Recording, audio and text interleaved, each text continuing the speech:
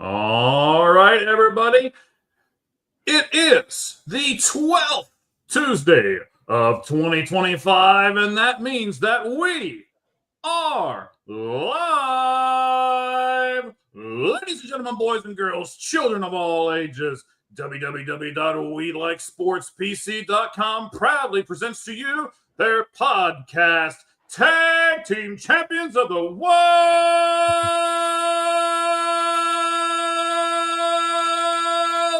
the Clee Geek Mike Valentine, and we got our special guest Gabriel, and today we are the 6, 4, 3 and out guys, and you're listening to the Sportz Truth. Now, most of the time, for those of you who are repeat people, and I see some people already jumping on that we appreciate, you're like, okay, there's music in the background and there's all kinds of stuff going on by this point. Where is all that? I don't know. The technological advanced guy who doesn't know what they're doing moved all this stuff from one room to another room, and I didn't rehook it all back up right. I've been trying for I don't know, 15, 20 minutes, Gabriel, try to get this stuff all put back together. I didn't do it right. So we got nothing fancy except for Gabriel. So let's introduce today's special co-host. His name is Gabriel Esparza, and he is with Curious Sports Pulse Media, buddy. How you doing, Gabriel? Hey, Michael. Thank you for having me. You know what? The bells and whistles, they're nice. They definitely add to any show. But, Michael, I think you more than make up for it. I'm ready to do this old school with you. Let's do this. All right, buddy. Yeah, I'm a little more old school than you are, I'm sure. But, hey, we're gonna dive into this old school thing here. Before we get going too much, though, Gabriel, I want everybody to know about you. Tell me, what is Curious Sports Pulse Media? What is that, buddy? Sure thing. Sure thing. First of all, thank you for having me on here. Always like listening to you and Mitch talk ball, whether it be football, baseball, whatever the topic is of the day. So thank you so much. What we do at Curious Sports Pulse, we try to just have conversations with people like yourself, across the landscape, across a lot of great creators on X. So that's kind of my focus. That's what I enjoy doing the most. What do I focus on? Anything. It doesn't matter if there's a competition going on. I'm dialed in. I'm gonna tune into it. Right now, March Madness is heavy. That's going to kind of take our focus for the next couple of weeks. But yeah, anything and everything at Sports Pulse 100. Yes, sir. Can you pause him for a minute or ask him to talk for a second and come help us close it? Okay. All right. So I'm going to give you the first question here. I got something else going on back here. We got we recently moved and we're moving some stuff. And there's a guy here who's by himself and he's like, hey, I need to help loading this thing up real quick. So as if I don't have enough bells and whistles and enough crazy stuff going on, I'm not going to pause anything, but I know you can carry this show for a second. So, so we're counting on the co-host to carry us for a moment. Here's what we're going to start with. All right. Per the NFL Network, as if I need another reason to hate Aaron Rodgers. Now they say Aaron Rodgers is in zero hurry whatsoever to make any kind of decision about his future. So I'm going to give you this floor. I'm going to set these headphones down for a second. Give me a couple minutes. I'll be right back. And I want to ask, if you were the Giants, the Steelers, or possibly even the Vikings, right? What are you laughing at? It's not that bad, is it? There's so much to say here. I know, isn't there, though? That's good because I'm going to give you the floor and you're going to get to say it, right? Yep. If you were the Giants, the Steelers, or the Vikings, would you wait on Aaron Rodgers? Go, buddy, you got about 5-6 minutes. All right, I'll be right back. Sounds good. Sounds good. Oh, luckily the topic is Aaron Rodgers, so we could talk about this for 30 or 45 minutes. I don't know what you are necessarily expecting if you are an organization and you have, quote, the opportunity to get Aaron Rodgers. Aaron Rodgers, certainly a Hall of Fame talent. necessarily one of the great arm talents, just pure arm talents ever graced this game. But that was in his prime, and he hasn't really played anywhere close to an MVP level in, say, 3 or 4 years. And I understand a lot of people are going to look at particularly the back half of that Jets year last year. For me, though, it was still largely unimpressive. And that's nothing against him. He's certainly a better quarterback than I am / ever will be. But for me, Aaron Rodgers, he is someone who, when the game was still in doubt, when the game was still a question, when the Jets, they still had something to play for, he's someone who, to me, can't be, and showed that he can't be, a starting caliber quarterback in this league. So I understand that his numbers may not look the worst. To me, though, there was a lot of garbage time production, and that was a lot of moments where the other team kind of was just, let's get over the finish line. Let's get on to the next game. And Aaron Rodgers and the offense would then kind of get it clicking toward the middle of the third quarter into the fourth. So that's what I saw in a lot of the Jets games that I watched last year.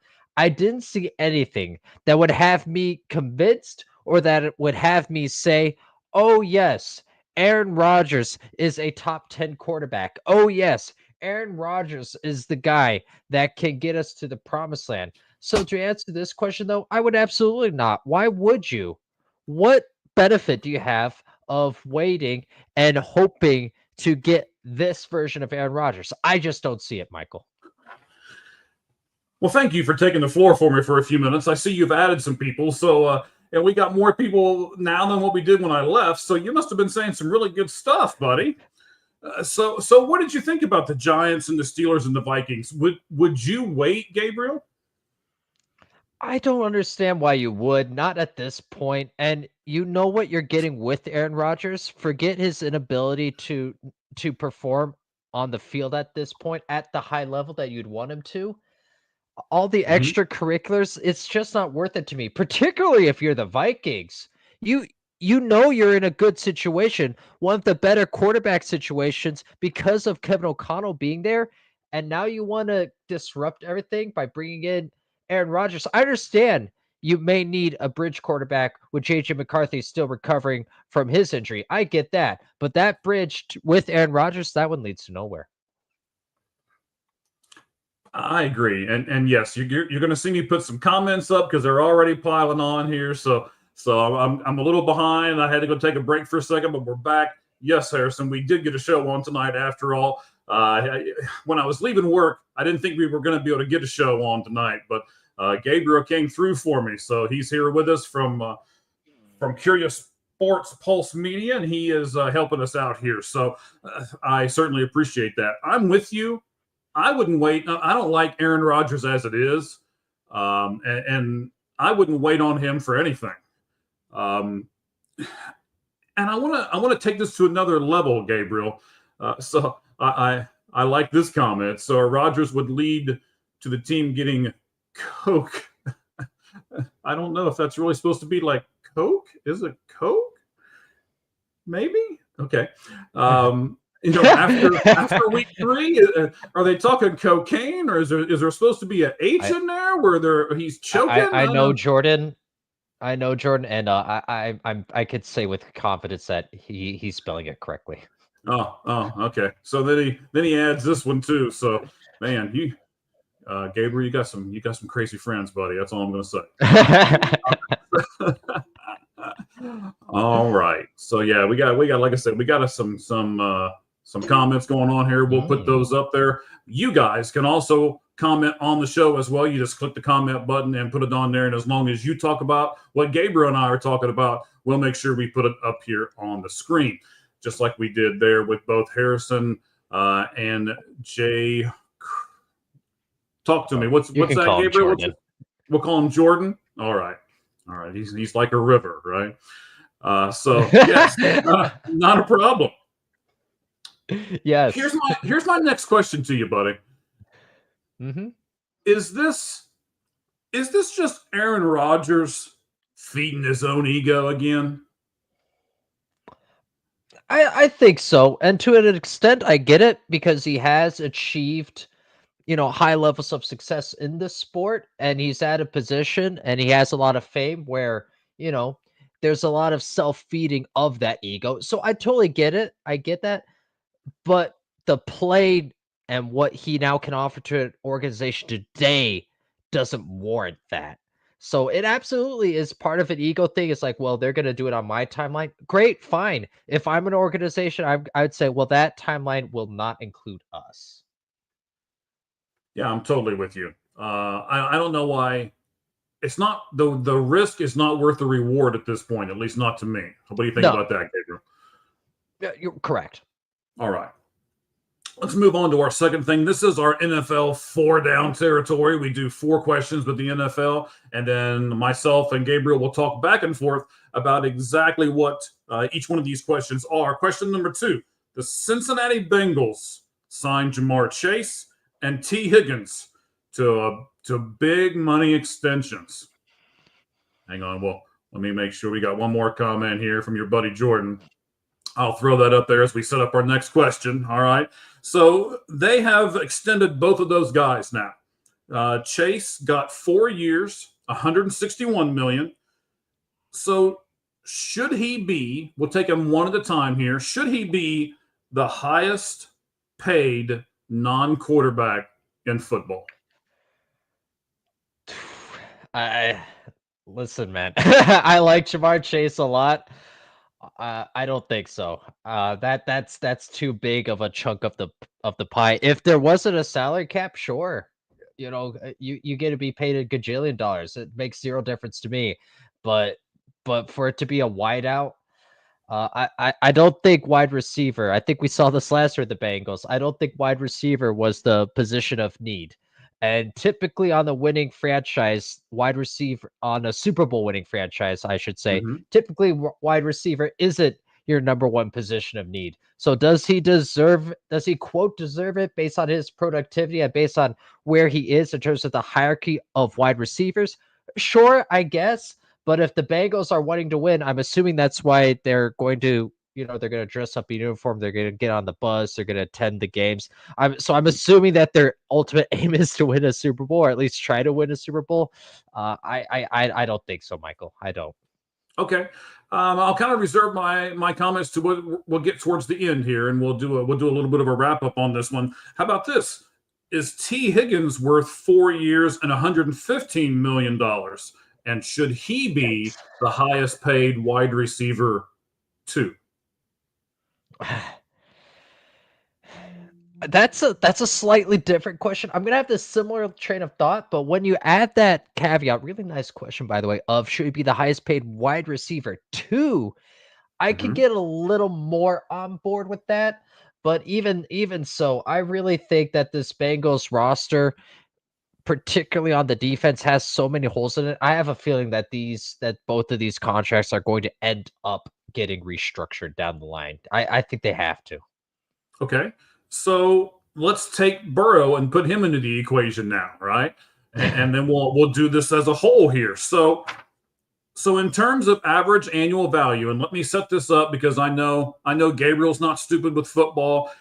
Baseball is my biggest sport, but I'm still not a retard when it comes to football, right? And Jordan, I see your comment. I will put it up on the screen here in just a moment. Don't think I'm ignoring you, but I'm setting it up on purpose here, buddy.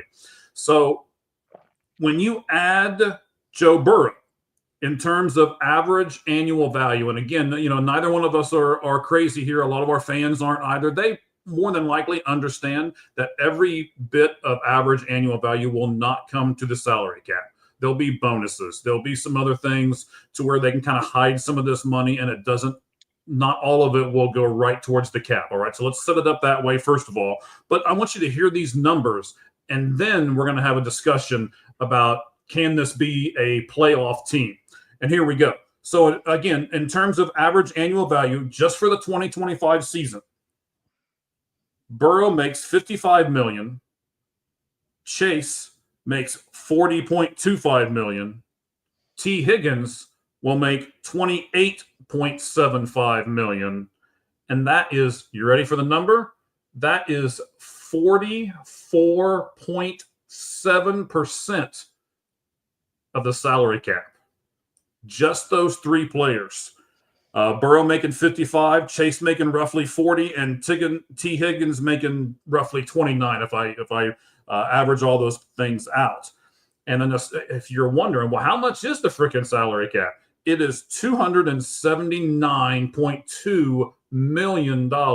And those three players for the Cincinnati Bengals will make we'll get to baseball talk, buddy. And those three people will make 44.7% of the salary.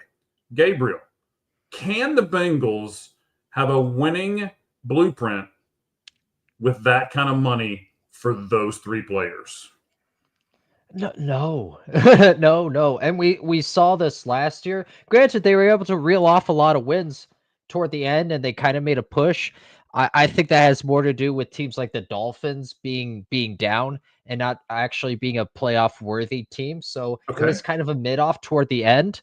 But you can, if you're going to be a playoff team now, forget about a Super Bowl winning team. If you're going to be a playoff team, you have to be able to allocate certain amounts, certain proportions of the pie accordingly. And to have essentially half going to three players, absolutely not. This is not a winning roster right now. No. See, I'm not sure if I agree with this. I'm gonna now, Jordan. I know you've got two comments here. I'm throwing the first one up. So the Bengals defense would be Cam Taylor, Britt, and pylons, is what he's saying. So giving up 30 points a game, and LOL. Okay, so let's work with this a minute. Gabriel, if the Bengals do give up an average of 30 points a game, can they score 31 with Burrow, Chase, Higgins, and some of the other people they signed that we'll get to in a moment? That's the question, right? Their defense is more than likely going to be bad. But is it going to be terrible? Are they going to give up 40 points a game to where they have to score 41 every game? I mean, if they give up, let's say 28, all right, I'm going to take Jordan's number here and drop it by 2 just for a nice round 4 touchdown figure, right? Can the Bengals score 4 touchdowns on a field goal with the offense they're going to put out there on the field? Not consistently, because even with the great offenses, drops still happen, untimely penalties still happen, and you still have offensive line issues. Granted, a lot of that is being overblown. They got a little bit unfortunate with injuries on that O-line, but to ask Joe Burrow on this offense to be clicking 5 times a game, each game, week in and week out, that's not sustainable.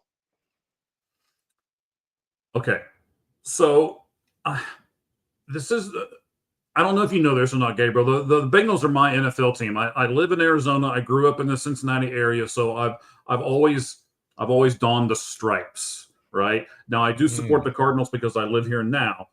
So this has got a little bit more of a bite for me, right? Just because I'm a little bit more of a fan of this actual team. And then we'll talk about another person here in a few moments. Myles Garrett. We'll get to him, and he's on that crappy Browns team. And we'll get there. We'll talk about him too, right? So I want to give the Bengals some credit here, though, and I want to kind of lay the foundation for this and put everything into perspective for everybody. All right. Let me thank you guys for all of your comments. I'm gonna hide this one a minute. Again, Jordan, I do see that you've got a second one. We'll get to that here in just a moment as well. And I thank everybody for jumping on board with us. We keep climbing, and viewers. We're fantastic, and we don't even have Mitch's mustache on here, so we're good to go. So I want to put up there. Can you tell me, Gabriel? You probably can't, but I'm going to put you on the spot. All right, this is not in the show notes or anything like that, right? Can you tell me how many free agents the Bengals have signed so far this offseason? 4. 16. No way. Yes, they have signed. Now, they had a lot of cap space. They had a lot of cap room, all right? So they have signed 16 free agents. I'm not going to go down through and list them all because you're not going to know all of them. Cody Ford has been signed. They put an offensive tackle in there. They re-signed B.J. Hill. They signed 3, believe it or not, 3 tight ends. 2 of them you're probably not going to know who they are, but Mike Gesicki was their tight end last year. They extended him, so they've got some more offense there. if you take those 16 players that they have signed and you split them up and you say, how many offensive players have they signed and how many defensive players have they signed? It's 8 and 8. They've signed 8 offensive players and 8 defensive players. I know it's a little shocking. I see the look on your face, but it's 100% true. And I also want you to know, and I think you know this already, and most of our fans probably know this as well. TC, I see you. We'll get you, buddy. I see the comments. Thank you guys for doing it. We will get to them here shortly. The Bengals have always been the laughingstock of the NFL because they have refused to pay players. They're kind of like let's do a baseball reference here for a moment. They're the Florida teams, right? They're the Tampa Bay Rays and they're the Miami Marlins. They get a really good team together. They keep them all together for a year, maybe 2 at the most, and then they chuck them all and they trade them and they get stuff for them, and then they just keep churning the roster over. Well, you can say it this way, sure. Jordan says that, and you're right, Jordan. He has been known as being cheap for the majority of his time. So now the Bengals organization is going to pay 3 guys. And by the way, let's say what they are. 3 really talented NFL offensive players, right? These are not run-of-the-mill guys. In my opinion, Burrow is I might get some flack off of this, but I think Burrow is the best quarterback in the NFL. I'll put Chase in the top 3 receivers. I'm not sure if I'm going to give him the number 1 prize, but I'll put him in the top 3. And when you look at T. Higgins and the way I phrased it earlier, is he the best number 2 receiver in the land? I think he is. So can we at least agree, Gabriel, that we've got top 3 in each one of those categories? Burrow's a top 3 quarterback. Chase is a top 3 number 1 wide receiver, and T. Higgins is a top 3 number 2 wide receiver. Can we agree with that? Oh yeah. Okay, so now they're paying these guys, and they're still getting ridiculed. They're still getting tore up on social media. Like, look at these idiots. Look at this. But we're finally paying people, and they're still getting bashed for it. So they've signed 16 free agents, 3 tight ends, a backup running back, some offensive line help. They actually signed an edge rusher. They signed a quarterback. They've signed a defensive end, and they're still getting piled on. Gabriel, let me ask you, as a person who is not necessarily a fan of the Cincinnati Bengals, what more do you want this team to do? I mean, a lot of those signings are going to be zero-sum game-ish, and that's true every year of every NFL team come the off season.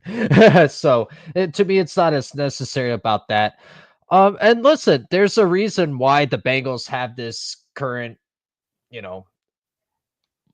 I can't think of the word right now, but this current, where they're so cheap, like Jordan said, Mike Brown, cheap, and then we won't ruin their algorithm completely for you. Right. and so, right, in a vacuum, for sure, you have to say, oh, finally, we have the 3 players, we have our 3 guys. They finally paid them. I'm just looking at it from a structural, from a franchise standpoint. I'm kind of separating when I make my comments, when I do my analysis. I try to separate the lineage and the past years, because to me that's not as irrelevant, or even our preconceived notions. To me, that's not as relevant as the actual X's and O's and the actual reality in which the upcoming season is that we live in. And for me, paying 3 guys basically 50% of your salary cap. Now, granted, like you said, you can finagle it. GMs can do stuff later on down the road. Just as things stand right now, I don't love it, and I think you're really asking for heads to be flipped each and every single time in a 42-35 type of shootout. But as a fan, I have to say, and I would, there's a couple questions I'm going to throw out here that aren't in our notes or anything else. But by the way, I don't know if you noticed or not there, but TC likes your hat. So there we go. I'll throw up Jordan's other one here. I'll save the baseball until we get to the baseball, Jordan. But yeah, 3 great players won't win a Super Bowl. So is it that much different in the NFL than it is in the NBA? because 3 great players can win an NBA championship, right? Is it that much different in football, Gabriel? Yes, because of the 3 phases. Where in the NBA, that's 60% of your production, your total game production. Where in the NFL, that could be 60% of your offensive production. But even then, it's probably not great. So you don't think the Bengals can score enough points to win enough games if this is all they sign? I think you're going to be at the edge of your seat again. I think we'll be looking to see if and when they get that 10th win. Okay. I'm trying to do what I want to do here. Hang on. It's I don't know doable though. why. I'm not counting See, you out. I'm not counting you out. well, I appreciate you not counting me out. Hang on here. I'm Oh, just I not counting you in. Right? Thanks, buddy. But I also think this is setting a precedence for the Players Association, right? Because the players want to be paid. That's all there is to it, right? Players want to be paid. And if the Bengals pay 3 players big money and then they don't make the playoffs, what's that going to do for these other players who want to be paid later on down the road? What kind of fall is that going to have? Yeah, that's real. And this is a narrative too that I see a lot in NFL talks and NFL circles of, well, you have to play such and such more than this, right? He has to reset the market. And then when it came to Daniel Jones, for example, the Giants have to pay Daniel Jones this because this is where the number's at. And at a certain point, something's got to give. And so your hypothetical that you just said, I think would 1,000% give leverage back to the teams when they're negotiating with their agent, saying, well, such and such is making this amount. And then they'll be able to say, well, they don't have a playoff win. Well, they didn't even make it to the postseason. So I think it has to. I think it has to have an effect. Now, granted, if your 3-headed monster does it, if they go on and they make it to the playoffs, then first of all, good for you. I'll give you a call. I'll congratulate you. Well, I'll just make you come on the show, and I don't know. I'll make you wear Bengals gear instead of that Nebraska stuff. Humble pie. Pie. But yeah, then it would further embolden that, and then we'll have more future Daniel Jones situations, which great for us as content creators, fantastic for us. Oh, right. This is a family show there, Jordan. I'm not leaving that up there very long, but I wanted to at least pop it up there for you real quick. So yeah, so what if, and I think we have to look at this reality, right? Even though I'm a fan of this team and I'm pretty bullish on this actually, but what if the Bengals blueprint fails? What if they get to this and now he's going to apologize to all the families out there. So what if, once again, Jordan, I'm gonna say this again. You got some crazy friends, buddy, but we love them because they keep adding to the show, man. We love them. So if the Bengals blueprint does fail, it's going to be bad for the NFL, right? It's going to be bad for other players who are going to then want to get paid. Because all the teams, as you have already said, every team is going to look at the 2025, 2026, 2027, depending on how long they go with this 3-headed monster, right? And they're like, okay, well, the Bengals did it. They paid 3 guys big time money and they got jack. So I'm not paying you big time money. You can either sign with me for this reduced amount or you can go somewhere else and see what you can get. Yeah, and I think what it will more so do is hurt the quarterback class because while you said Joe Burrow's the best quarterback and people could disagree there, I thought last year he certainly had an MVP case. And for me, MVP value, if you want to say who was the most value, that is certainly Joe Burrow had to be in your top 3 discussion there because of what he was doing with the Bengals. So if you have an annual MVP candidate and you can't even make the playoffs and you get him immediate help in terms of two great wide receiver options, I think what that then does is it makes teams say, hey, we have to, our Super Bowl window isn't when we have a really good veteran guy. Our Super Bowl window is when we have an above average guy on a rookie deal. That's when we have to strike.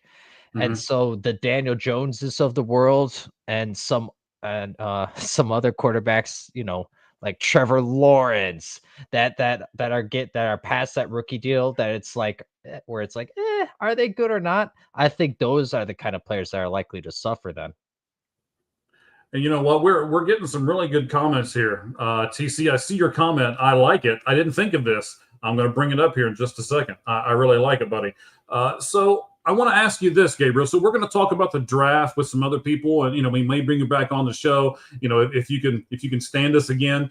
But how many? So if the Bengals do this, let's say they go with just these 16 players, they don't sign any more. Realistically, how many good defensive players can you get in the 2025 NFL draft? Ooh. I mean, this is a loaded class. I think outside of quarterback, I'm not too high on a lot of the quarterbacks, but at a lot of the other positions, I'm pretty high on this draft class, particularly at pass rusher, edge rusher. So I think you could get yourself a little bit of a bolstering there, is particularly with Sam Hubbard now no longer with you guys. I think you could find someone to essentially fill in a role there. Maybe not Okay. immediately. Well, they've got 4 years, right? Because each of them, they got 4-year extensions. So I do think they've got 4 years here. That's the other thing, right? I think a lot of fans, I'm not in this boat, and I'd love to see if you're in this boat. I think a lot of fans would pay these guys what they want right now. If they got one Super Bowl, they would say, oh, yeah, it's all worth it. Even if the other 3 years they didn't even make the playoffs, as long as they went to a Super Bowl. I'm not that guy. I don't necessarily care about the Super Bowl itself. I want a really good team for those 4 years. Even if they don't quite make the Super Bowl, at least I can cheer them on, and I can actually watch playoff football for a change and not wish that my team was there. So which would you rather be? Would you rather, Gabriel, have your team a 4-year window where they go to the playoffs for 4 years but not make the Super Bowl? Or would you rather have a 4-year window where they get to the Super Bowl, don't win the Super Bowl, but the other 3 years they don't even make the playoffs? Yeah, me personally, I get people want to have the parade. People want to have that bragging right of, oh, we won the Super Bowl. I'd rather be relevant.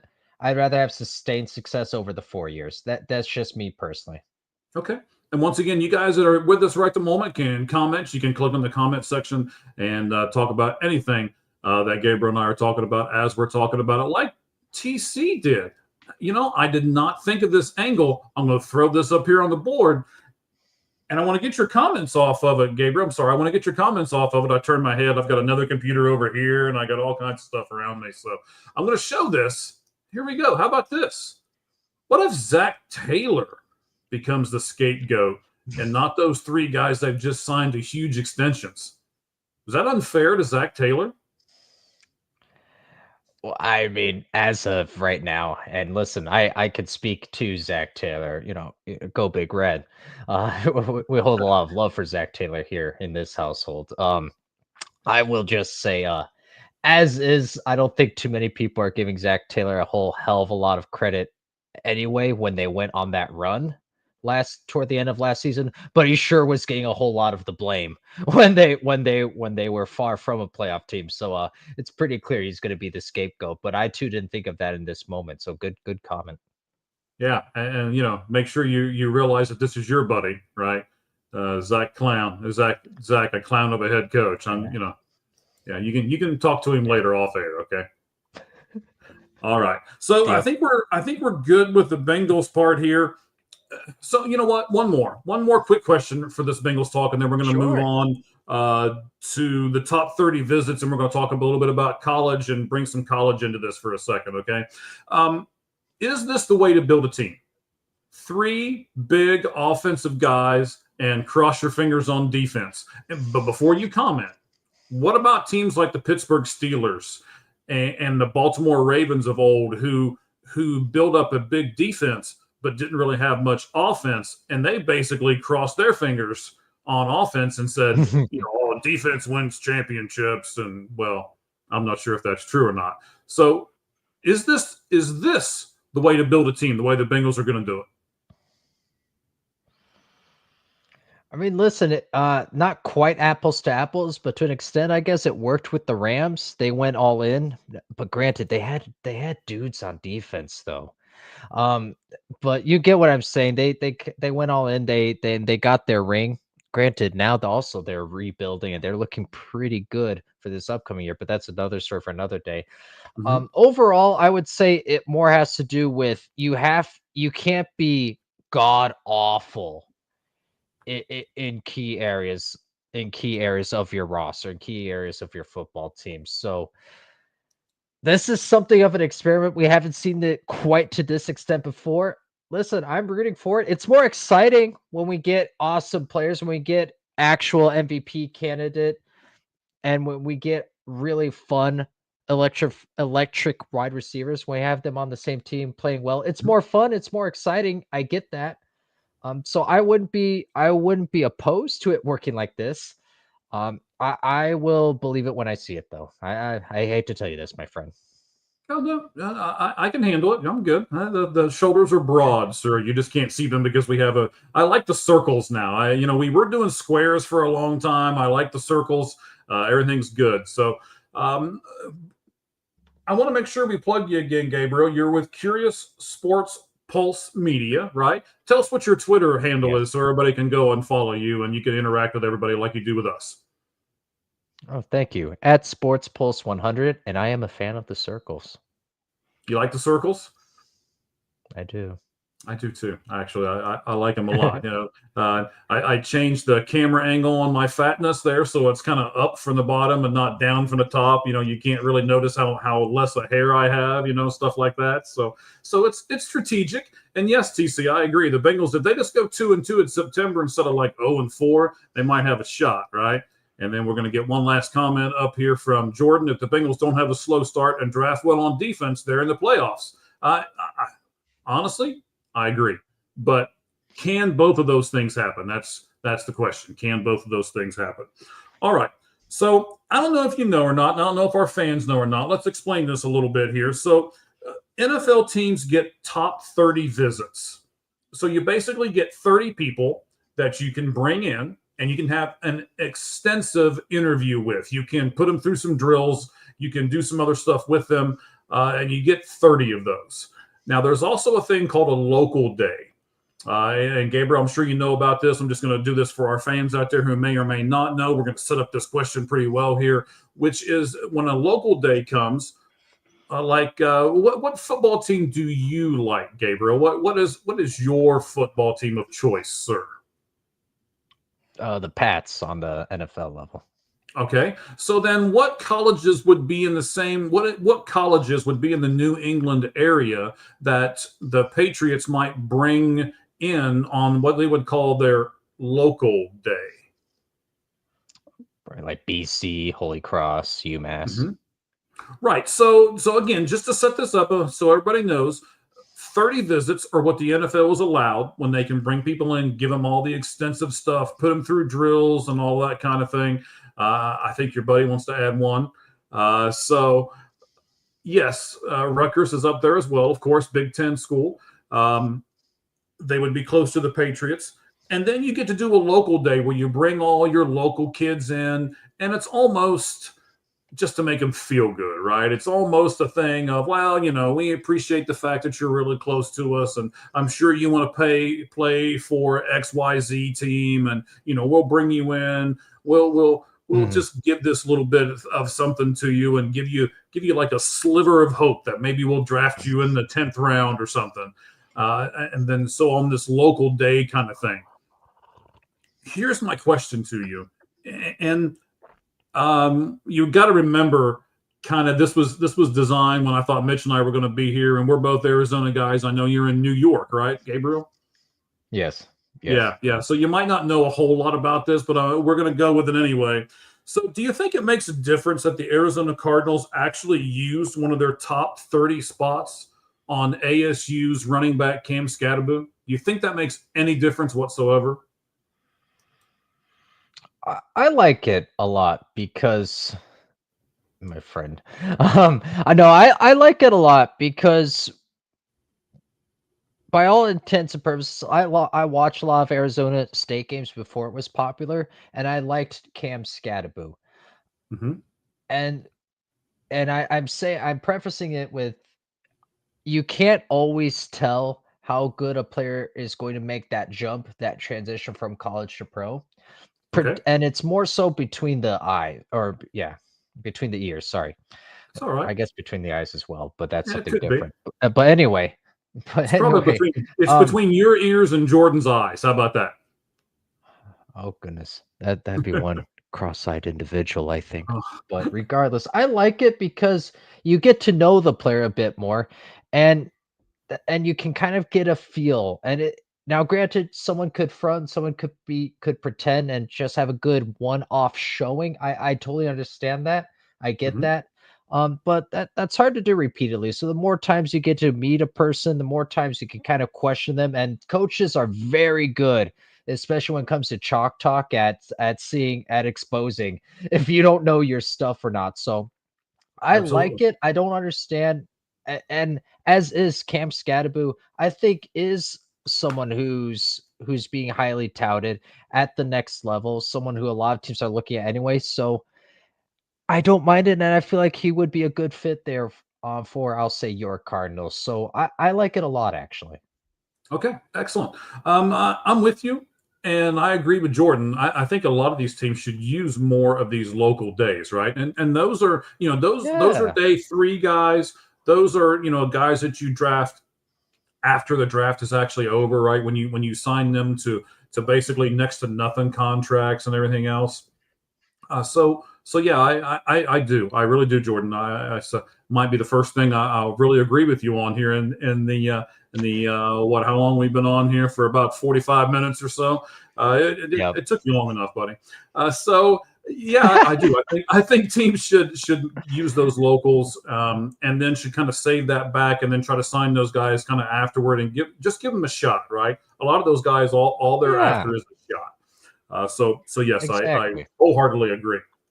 Let's jump into this guy, Myles Garrett.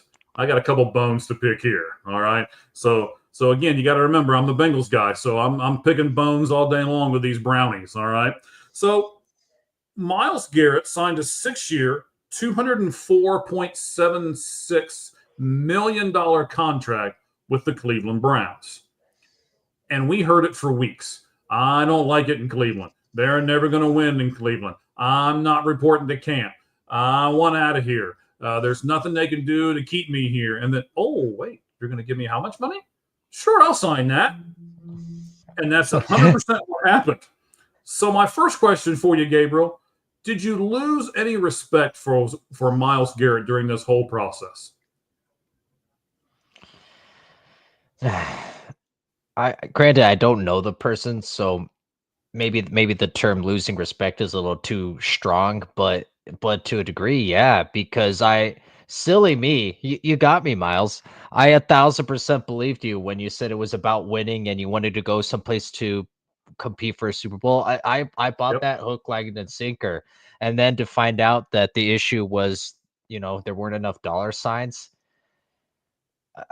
I was disappointed. I was definitely disappointed. More so for me as a fan, I guess, because I was like, "Oh, good, he gets to go to a contender."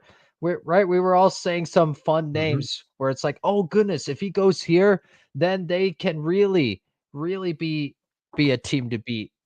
Or remember, if there was a couple rumors of him potentially joining the Eagles. It's like, oh wow, High Roseman's doing it again. This is the beginning of a dynasty, but now it's like, okay, So the extra whatever it ended up being is keeping you in Cleveland. So it really wasn't about winning this whole time. You're using that as leverage. And congratulations, you got your bag. I can't begrudge someone for doing what makes sense for them financially. It feels like if it just feels a little icky, especially when what I thought was your original motivation turns out that went out the window very quickly.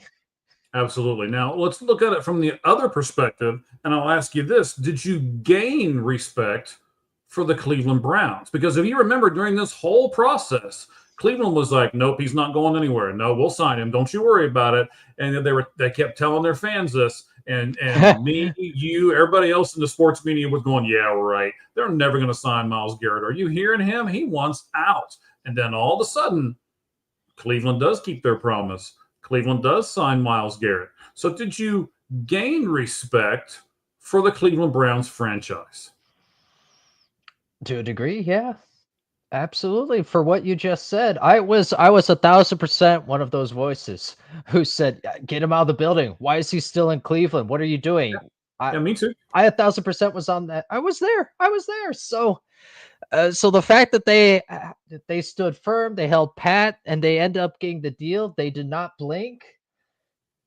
I have to respect them for that, and they keep their guy, a guy who means a lot to the franchise beyond wins and losses, obviously.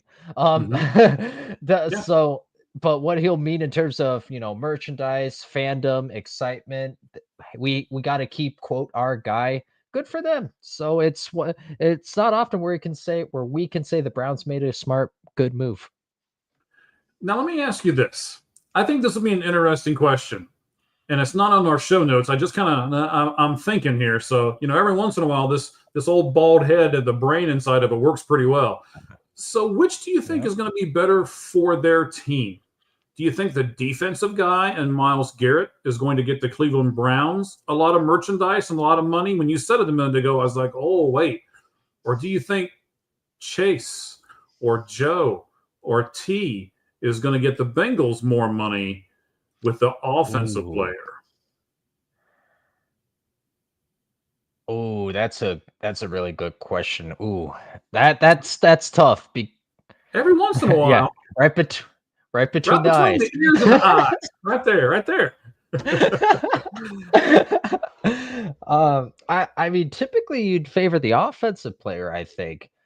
I will say the reason why it's a question is because dog pound, Midwest, AFC North. Now, granted, I understand the Bengals are also in the AFC North, but right, defensive identity, Myles Garrett.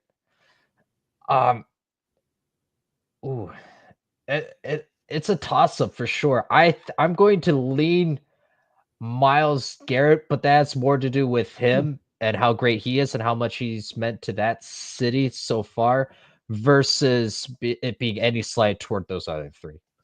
Okay. Yeah, I get it. I get why you would say it. I just think, we were talking earlier, oh man, if they get all these offensive players and their defense is terrible and vice versa. So that's kind of what the Browns have done now. That's kind of what the Steelers have done. I mean, the Steelers haven't had a good quarterback since Ben Roethlisberger.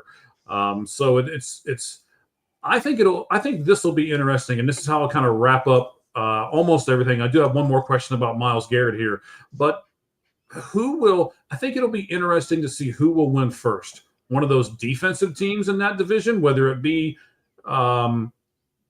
Cleveland or Pittsburgh, whether it'll be the offensive team in that division, which is obviously now going to be Cincinnati, or will it be the team that's kind of got a little bit of both? And I'll put Baltimore in that category where they have a little bit of offense and they have, a little bit of defense.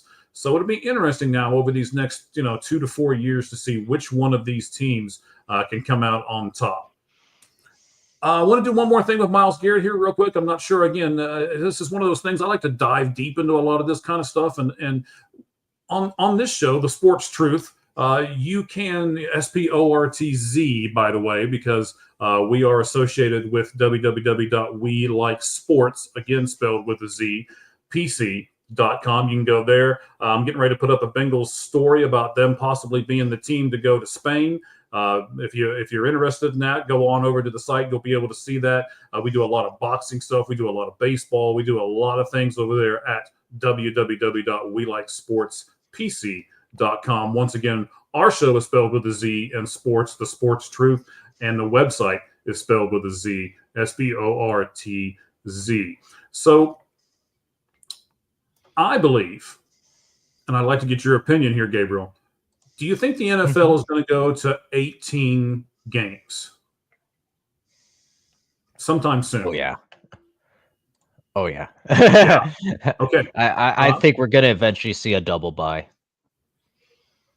I hope we do. I really do. I hope and you know, I don't want to get off on this tangent too much, but I want one bye in the first 8 weeks or 9 weeks, and I want one bye in the second 9 weeks. Right. Absolutely. Okay. So, and hey, we got Hot Take is here with us now too. Look at that. All right. Hey. Excellent. Thank you guys very much for coming on with us. We certainly appreciate it. You can leave your comments here as we continue to talk NFL here for just a moment. The reason why I ask, Gabriel, I don't know if you dove deep like what I have into this contract for Myles Garrett. You know, there's language in there. So he gets bonuses for every game. He gets workout bonuses every year, and he gets all this other kind of stuff. There's a bunch of bonuses in his contract without going through a whole bunch of stuff, okay? But they also have wording in there to where if it goes to an 18th game, he's not going to get another $1 million bonus because it's an 18th game. He has language in his contract that says you're still going to get the same amount of money. It's just going to be divided over 18 games instead of divided over 17 games. Doesn't that pretty much tell you that even the Cleveland Browns think that we're going to go to an 18-game season? I think so, and I wonder why. I find it hard to believe that the agent. You went through all this mess. You would have to think that they're making up for that somewhere else. That's interesting. But yeah, for sure, the fact that that's now codified in this contract believes that makes me. It's very clear that everyone believes it's going to get to 18 games. I find that interesting. I find that, you know what I'm saying? Hey, by the way, very possible you're going to be working an extra 2 hours a week. But you're not getting a pay increase, just so you know. We're gonna spread that out over your. So I find that interesting that was allowed by the agent and player. Yes, and then there's a second part to it. I'll mention it as well. There's active roster bonuses for Myles Garrett in his contract, and it goes. They have specific language in there that basically says if the teams, because if we go to 18 games, I'm relatively certain, and I'm sure that you are too, that the roster size is going to adjust, right? When baseball went to more games, they gave you more people on the rosters, right? So I think football is going to do the same thing. And the Browns have put language in there saying, yes, you are going to be paid X amount of dollars as an active roster player, but that money is actually going to drop if more players are then added to the roster. So those are two very interesting pieces in this contract.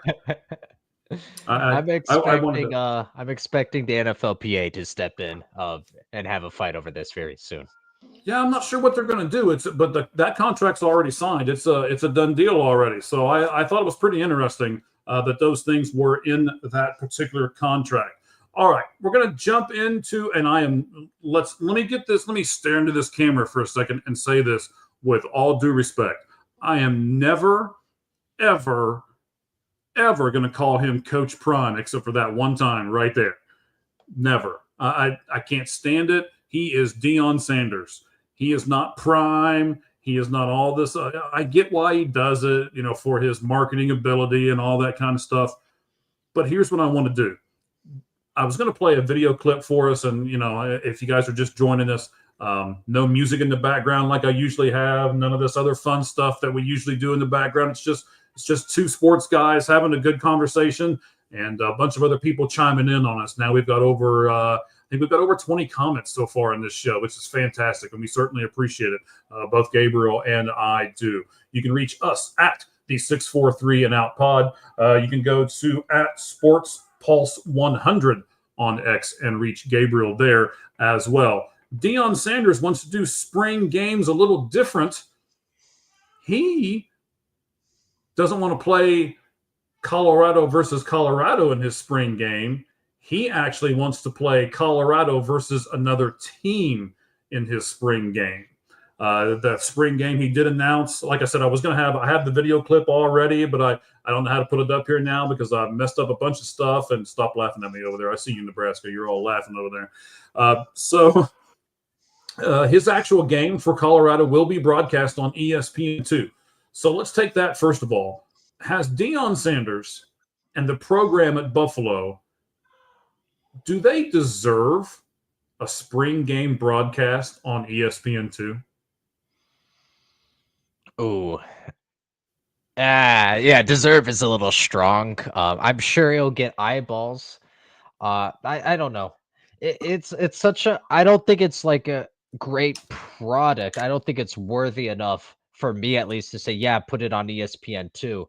But Right. because it's Colorado under Coach Sanders, I'm sure that it'll get enough attention, obviously where I guess it's warranted in terms of money. So, good for you, ESPN. And it's a slow season anyway in sports for the most part. So I'm sure they needed to fill in the slot. So good for you, ESPN. In terms of the product itself and the overall issue, I mean, with the transfer portal, it's limiting, at least coaches feel it's limiting a lot of the potential options for this time of year. So I don't mind necessarily having it be having this be an option. I believe Syracuse already said that they would be potentially interested in what you just mentioned in terms of a spring matchup versus a spring matchup. I Mhm. wouldn't mind something like that where it's a little more organized and you have like a spring training camp and the crowning moment is then you get to play a spring exhibition game. I wouldn't mind that personally. I think it'd be fun for the fans who miss football.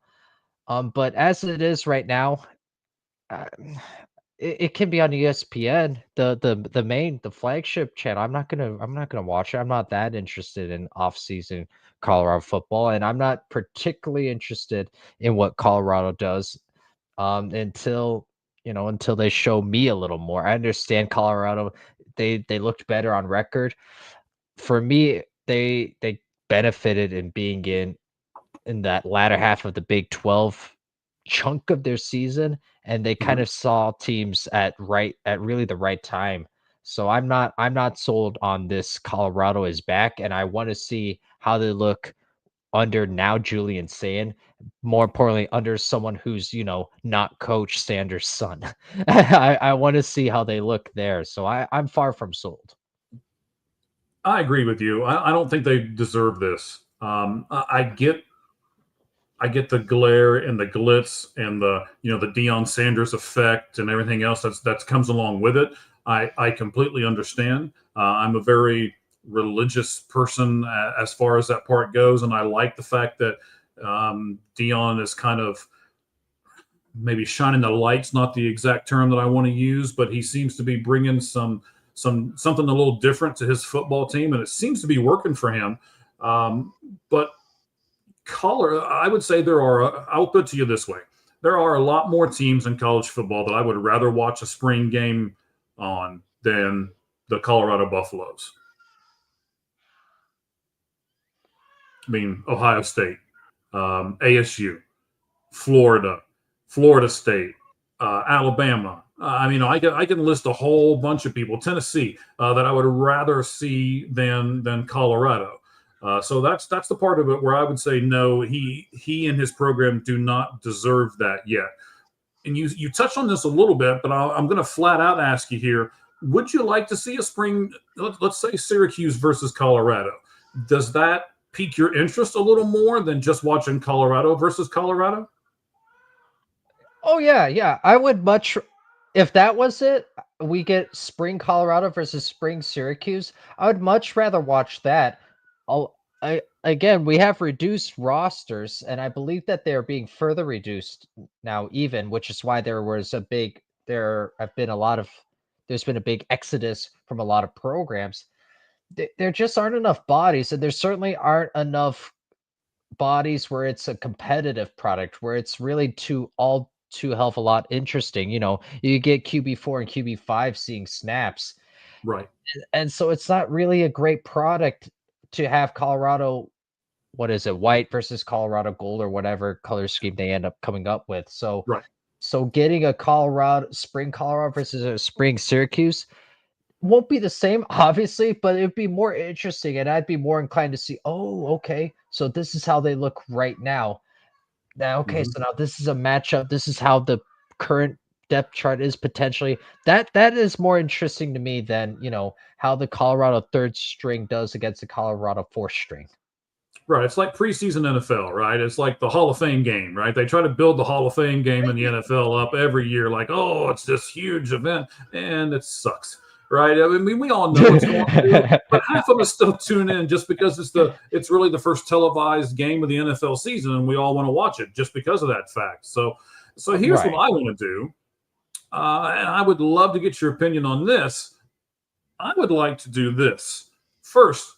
Let's do the Sportz Truth live. I'm sorry, Sportz Truth live poll question. We're going to put it up right now. You can go over. I just hit the button. It is up on our Twitter account, which once again is right there on the screen at the 643 and out pod. You can vote on it there for us. I'm sure Gabriel put it up on his Twitter here in a little bit as well at Sports Pulse 100. And you can also get Gabriel. We haven't plugged this yet for him. We can also do that on CuriousSportsPulse.com. You can go to that and get Gabriel as well. That's right, TC. We are live. All right. So appreciate that, buddy. Hey, so here's what I want to do. I want to do the spring game with a college team versus an NFL team. What if you did the Colorado Buffaloes and the Dallas Cowboys and put that on TV? Remember when I spoke earlier on you don't know how of an athlete's going to adjust from the college level to the NFL level? Did- what? No, Jordan. I it would not be a great product. There's a reason why, for example, it's a big deal when, what was it, Georgia a couple years ago had what was it, 15 bodies get drafted into the NFL. There's a reason why that was a big deal. That was the high, and most college bodies, even the best program in the nation, they aren't NFL caliber bodies. They aren't NFL caliber athletes. And that was just drafted. I don't know offhand how many actually made it, or how many are still on an NFL team. I'm Mm-hmm. going to go ahead and say it's less than half. So I get why people are saying, like the 0-16 Detroit Lions, oh, they would struggle against Alabama back in the day. No, they wouldn't. So maybe NFL coaches would take it easy, right? Not let the dogs go, as it were. Pull back the horses a bit. I'm mixing a lot of metaphors here tonight, but that's fine. You It wouldn't are. be a good product. It would very quickly become a 40-point game. Yes, but I understand where you're coming from, and I'm not disagreeing with you all the way here. But if you're going to do a game to where it's NFL versus college, wouldn't it be a game like this? Wouldn't it be a spring game? Wouldn't it be an exhibition type game to where this is the one you would want to do? And if we don't do this one, we're never going to get a college versus NFL, right? Oh yeah, from that standpoint. Okay, all right. So the I hyped this all up, did my little voice and everything else, and then didn't even tell you what the poll question was. I just realized I'm looking at my notes and I'm like, gosh, you are stupid, Valentine. You didn't even tell people what the question was. So the question is actually, would you watch a spring game between an NFL team and a college team, even if you knew that it meant nothing? Gabriel, would you watch the game between an NFL and a college team, even though you knew that it meant nothing as far as records for either team? Listen, I just went on this big tirade of why it won't be competitive and why it's a total, it's a silly event to hold potentially. I Right, I, but it doesn't I mean you will a won't thousand watch. percent I will 1,000% tune in. I want to see if the Dallas Cowboys cover my minus 40.5 spread against Colorado. I'll be tuning in for that. Okay, understand. Um, so let's jump into some baseball talk here. We're going to do this for the remainder of the show. Both of us are pretty big sports guys. I mean, you do a lot as far as soccer on your channel. You do some other sports that we're not going to do here today. What about your NCAA basketball? Are you going to do some of that on the sports channel there at Sports Pulse? Absolutely. All right, can you tell us when you're going to do anything? You got anything scheduled? I'm trying to help you out here, buddy. There's a whole bunch of people watching us right now, and they're all on the edge of their seat with bated breath, going, "Oh, when's he going to do it? When's he going to do it?" And you're just like, "Yeah, we're going to do it sometime, and it might happen. I don't know." Can you give us anything specific, Gabriel? Yeah, later. No. I honestly don't have anything scheduled as of now. What we're writing a lot of I'm writing a lot of articles, writing a lot of content for various websites. So throughout the day, honestly, Sports Pulse 100, you'll see various articles on there from different websites. So no, I do not have anything. I honestly do not have anything planned. But thank you, Michael. You can't say I didn't try. Okay. You did. Okay. All right. So one of our good buddies here at it's at theskippersview.com. All right, we'll plug in where we got this information from. Right, he took a look at the last number one draft picks over the past 20 years in Major League Baseball. So I know there's 20 people, and I'm gonna go through them kind of quickly here, and then we're gonna talk about some things as far as MLB and the draft. All right. So in 2003, hang on, let me make sure, Jordan has to be late here with everything. So Nebraska versus Dallas, and somehow Nebraska lose horribly. So yeah. Okay. But all right. So Delman Young was the 2003 draft pick. Didn't ever do anything. Career 3.2 WAR, had 109 home runs in his entire career. Next, 2004, Matt Bush. He had 12 wins in his entire career. All right. Justin Upton, probably one of the, as we're going up through here, 2005, probably one of the more famous names that we've got here. He did really well until we got a great big contract with the Angels and turned 30, and then it was over. The Royals in 2006 drafted Luke Hogevaer, I believe is how you pronounce it. And you know why I don't know how to pronounce his name? Because he never even made it to the big leagues. David Price, 2007. Yes, he got a few awards. Let's see. He got the Cy Young, and he did it over Justin Verlander that year. But beyond that, not sure how much he really gave to the teams in which he played for, but he was the number one draft pick back in 2007. If you look at 2008, it was Tim Beckham. Who? Yeah, Tim Beckham. He did not bend it like Beckham, as the article says. That was a great line. 2009, Steven Strasburg. Steven Strasburg had some really good years for the Washington Nationals, then got hurt, and he's still getting paid, and we haven't seen him in years. 2010, we got three in a row here that are going to be pretty good. 2010, Bryce Harper was 2010. I don't really have to talk about him a lot. We know what he did. 2011, even though he's currently hurt, Garrett Cole was drafted by the Pittsburgh Pirates in 2011. Went on to do a lot more after his Pirates days. But I would say that he was a good pick for a number one pick. And then the third one in a row here, Carlos Correa. He was also a pretty good number one pick. But for as many great number one picks as you have the guy in 2013. He barely played in the show at all. Mark Appel. Brady Aiken was next in 2014. He never played in the NFL. Dansby Swanson. If you remember right, he was the number one pick back in 2015. And all he really did was take three, we'll call it above average years, and turned it into the Chicago Cubs, paying him a boatload of money, and he's not doing a whole lot for them right at the moment. Look at his stats. He's not great. 2016, I'm sorry, Angels fans. You guys traded for him and thought he was going to be the world. Mickey Moniak. Yes, that was the number 1 pick back in 2016. 2017 was Royce Lewis. Great MLB player, can't stay healthy. Royce Lewis in 2017. 2018 was Casey Mize. We haven't really seen Casey Mize a whole lot yet. Detroit's kind of rushing him, and he's had some injuries and stuff like that. The book is really out on him. In 2019 was Adley Rutschman. I don't need to talk about Adley too much. I think Adley's going to be pretty good. It's just going to take him another year or two to get where he needs to be. This is the one for me that sparked this whole thing. Spencer Torkelson, because if you do, you may or may not know he's an ASU guy. I really followed Spencer. I thought he was going to be the next big thing. He can't even stay at first base for Detroit now. I don't know if you know, but they're moving him to the outfield now. And they're just hoping and praying and crossing their fingers that they'll get something out of him.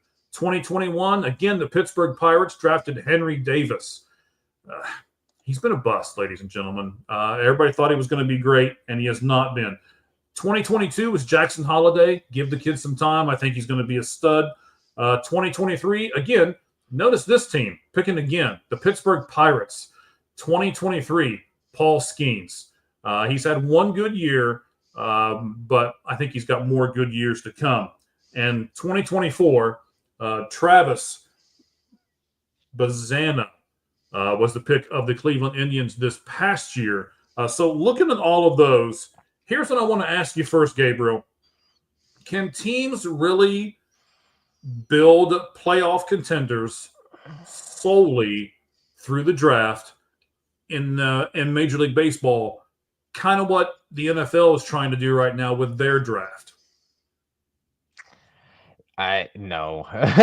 So when you it's a draft and stash project in terms of baseball. It's not apples and oranges at all, or it is apples and oranges. Sorry, comparing NFL and MLB in that draft process. I mean, you have to work your way up on assignment. You're just not ready out of college for the majors, so it's tough. And I think case in point right here, you brought up the 3 names that have done well as the number 1 overall pick, and some of the other guys we can't pronounce their names for a reason, and that's that. We might point to Bryce Harper, for example, but he's more so the exception. So it's a little more of draft and hope in baseball, and the value over replacement just it's not great. It's not great. So for sure, if you're a fan base and if you're a fan, then you're pitting your hopes on your team drafting, and that's your like pathway to success. I wish you luck. You have my blessing. Okay, so I think you're talking out both sides of your mouth here a little bit, Gabriel. You said a few minutes ago, okay, and I want to get back to some of these comments from Jordan here in a moment. We'll put a couple more of these up here because I like a lot of what he's saying here. You said earlier that if there was a college versus an NFL team, the NFL team would just run away with that game, right? Oh, yeah. Okay, but then you turn around and tell me that people, Major League Baseball players aren't ready for the big leagues, and you kind of gave the insinuation that college players are. Yet you said they would get killed in a game if the NFL and college played each other. Explain yourself, sir. No. So it's a jump in both football and baseball, but it's more so in baseball a jump. So if we're gonna carry over that analogy, it's a 40-point game in football. It might be a 40 home run game in baseball. Okay, but what I'm saying to you here is, maybe I'm not putting my point out there enough. If I got a number 1 guy, this guy needs to be a difference maker. That's like what's the football player's last name that's going to be probably the number 1 pick in the draft this year? What's the quarterback's name? Help me out here, buddy. Ward. Ward, thank you. Thank you very much. Do you really think that Cam Ward's going to be worthy of a number one pick? Is he going to make a I difference? personally don't. Whatever. Okay, so whatever franchise drafts him, is he really going to make a huge difference to that franchise? Because I'm trying to circle the wagons here a minute because we're going to put all of this stuff together, right? We said earlier that you've got to strike while the iron's hot, right? When your quarterback is in that rookie deal, that's when you add all the other pieces because the rookies are, he's a cheap rookie in that particular spot. But if you get the wrong guy, that could set you back forever. And it's kind of the same way with baseball here. Baseball has, we only really had 3 people on that list who I really think are generational type players. How many number one, and I didn't look any of this up. Maybe I should have. Maybe we should have had a longer discussion on this and we should have included the NFL in it. But how many NFL number one draft picks do you think have been really a game changer for that team that drafted?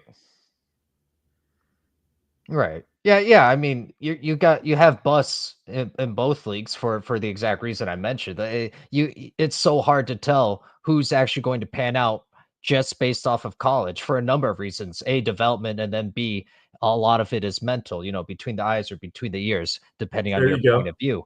So it, yeah, you just can't really say that. And in baseball more so because if you're a pitcher, for example, your arm isn't fully developed yet.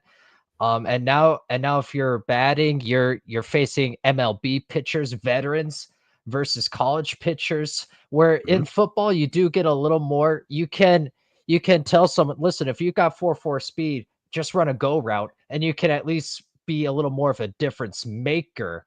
Okay. Where in baseball you're going to have a harder time hiding someone. / you really can't. Yeah, no, I completely understand. So let's move on to the second question that I've got here. So it seems, and honestly, in both sports, it seems that like the Pirates seem to always be picking 1, 2, or 3 in the draft in baseball, right? Or how many times have the Jaguars picked in the top here recently? So I guess I'm going to ask you this way: maybe it's not the players, maybe it's the system of the team that keeps these guys down. It's not the player itself. It's what they do in the minors or on the practice squads or whichever sport you want to look at. It's the team and how the team treats these players, not necessarily the players or the talents they have. I don't mind that. Because if you're an NFL franchise, everyone wants to win and win sustainably in theory. At the same time, if you're a front office, your job's on the line every season. If you're a coach, your job's on the line every season. So you always are facing sustainability versus we need to win now. So you're maybe not putting the potential prospects in the best position to develop because we need to win ball games. So absolutely, I think what you just said is valid. All right, so if this is where we're going to go, right, and this is how we're going to structure a team, a lot of these small market teams depend on these draft picks. So then I want to look at it from this perspective as well. And then we're going to jump to another subject here. We're going to go to what Bob Nightingale talked about, and we're going to look at the most expensive median tickets in MLB stadiums right now. Some of these numbers are going to surprise you. Gabriel, I don't know if you had a chance to look at this. It's on our feed right now. So some of these numbers are really, really going to surprise you, I think. But if you're a small market team and you're drafting these kids, when do you sign draft picks to long-term extensions? Oh, I mean, in general, I will say, am I allowed to say never? Is that a cop out? Maybe, but but you get what I'm saying. When you sign someone to an over $100 million deal, multi-year deal, you kind of limit what your franchise can do. / you certainly are allocating a lot of funds toward that one individual. So correct me if I'm wrong, Michael, but I can't think of too many times where that has worked out in general anyway. So when do you do it? I guess you could do it after, say the 4th year, 5th year. Okay. I would hope that if you're a player and you enjoy playing with that organization and you have a good relationship with the city, that you would make it a team friendly deal if and when you do that, regardless if you put it at the 4th or 5th or anywhere past then.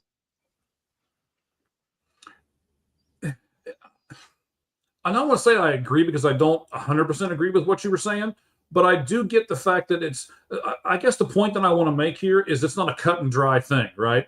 It's not, okay, well, after the 3rd year, that's when we always sign them, or after the 5th year, it's when we always sign them. Different talent-wise, different positions that these guys play.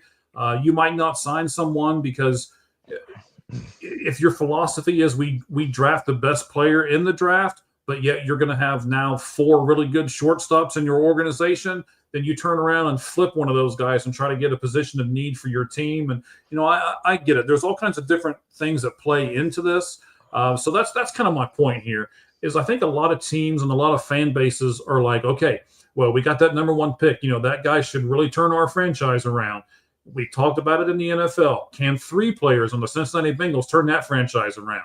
We talked about it in the NBA a little bit. We did kind of discuss and say, yeah, I think 3 really good people on an NBA team can turn that franchise around. I thought it was going to happen with Kevin Durant and Booker and Bradley Beal, and they're not even going to make the playoffs if the NBA season ended today. So that doesn't always work either.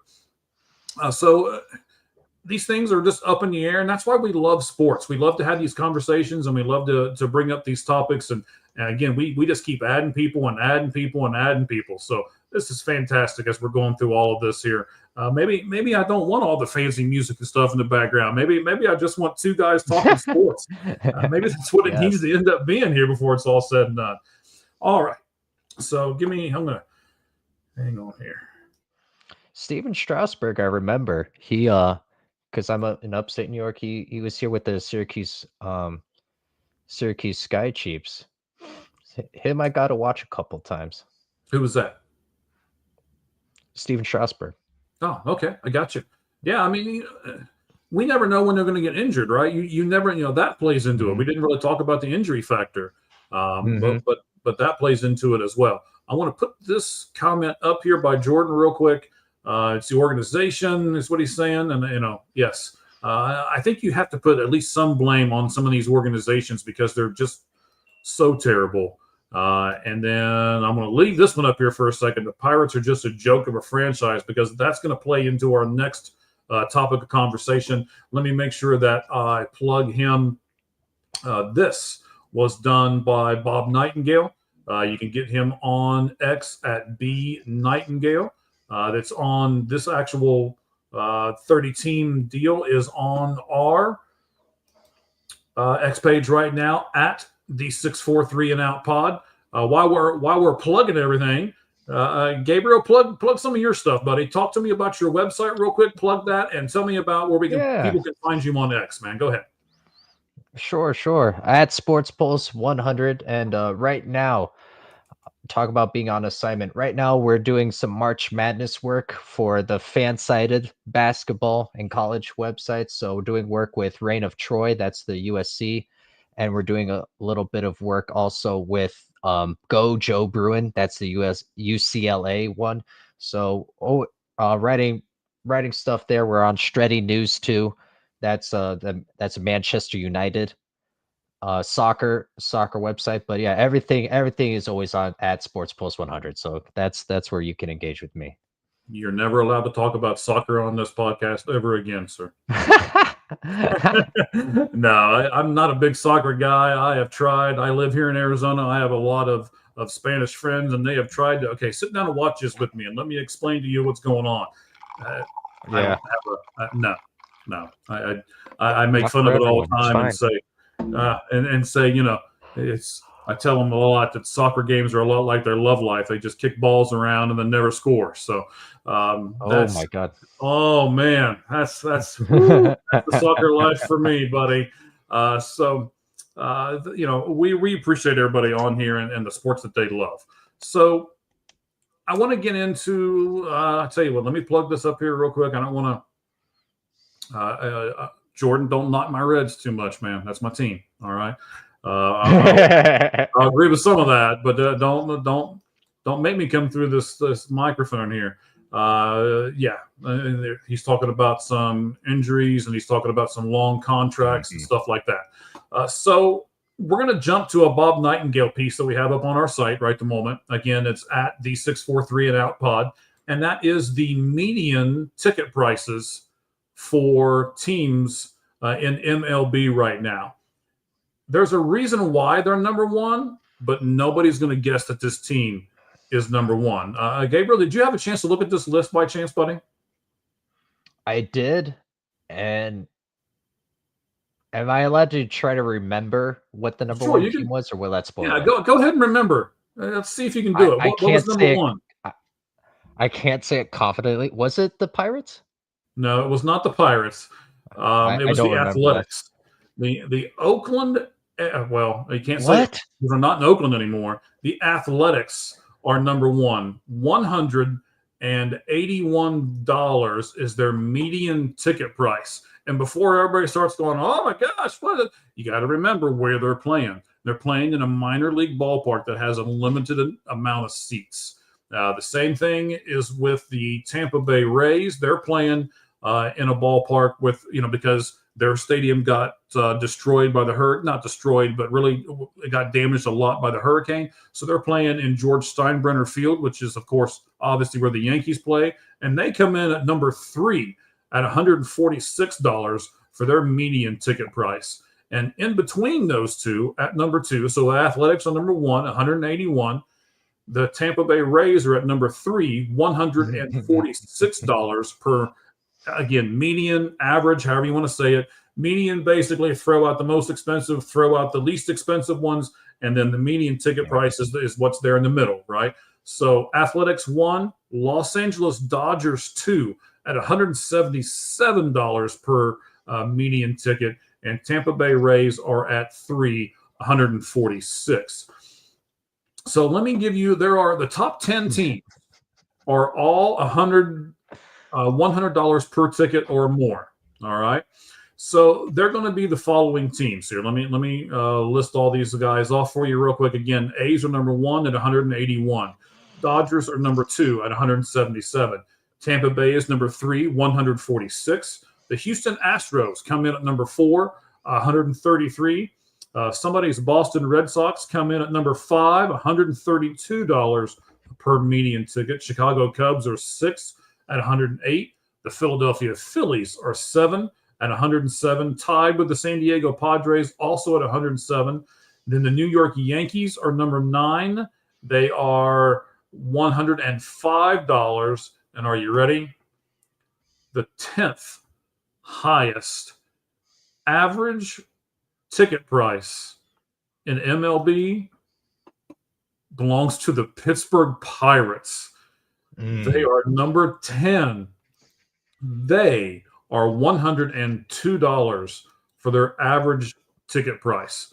So I got a lot of questions. We're going to really dive into this. Number 10 is the Pirates at $102. Gabriel, would you pay $102 per ticket to watch the Pittsburgh Pirates play baseball? I mean, Paul Skeens, I think it makes that ticket price worth it. We mentioned him. We referenced what he, a good start so far to his career. That does still seem a little steep, though. I'm not gonna lie. Right. But, so yeah, for a one-off maybe. So what if I wanted to pay for you and me to go watch a Pirates game, and for the two of us to go watch a Pirates team, I'm going to shell out like $210, right? It does seem a little steep, right? Would you? I was going to say, would you feel like you're ripping me off? I mean, because I would feel like I'm getting ripped off. I think if I had to go watch the Pirates, and I paid $200 for a ticket for you and I. I don't understand it. I'm going to talk about the LA teams next, Gabriel, because the LA teams are extreme here. The LA Dodgers are at number 2 at $177 a piece. And the Los Angeles Angels of Anaheim are number 29 in ticket prices at only $54 a piece. So if you were in LA, would you go see the Dodgers when they have a better team, but yet it costs you $177? Or would you go see the Anaheim Angels knowing it's an inferior team, but you're only going to pay $54 a ticket? I mean, I kind of made the case with my prior comment here. If I get the chance to watch Paul Skeens, right, it's like, all right, 200, that's still steep, but it's like I can almost justify it. Like I get a chance to watch that talent. With the Dodgers, plenty of talent. I should get a pretty good product. It's like, okay, I understand that it's expensive, but I'm shelling out for that type of experience. The Angels might still be overpriced. Even at $54, right? Yeah. Okay, but so Gabriel, you're a young man. I'm assuming I'm going to assume a couple things here. Tell me if I'm wrong. All right. Sure. Not married. Sure. Correct. All right. No kids. Correct. All right. But think about this. If you and your wife and your 2 kids wanted to go watch a game, are you really going to shell out that kind of money? Whether, I get it. Oh, it's the experience. I get to watch Paul Skeens, or I get to see, whatever pitcher you want to put in there. I get to watch Mike Trout. I get to see Shohei Ohtani. I get to see Ellie De La Cruz, whatever name you want to fill the blank in with, right? If you're a family of 4, are you spending upwards of $400? Because the top 10 teams are all over $100 for that median ticket. Are you really going to spend $400 just for tickets? Then you got to park. Then you got to go get food. And you got to get souvenirs.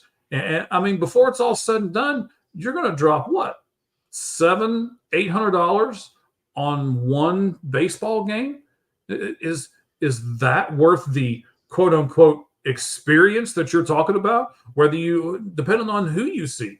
Or is there someone out there, Gabriel, that you would say, yes, if I got to see this player, I would pay that kind of money to go see him?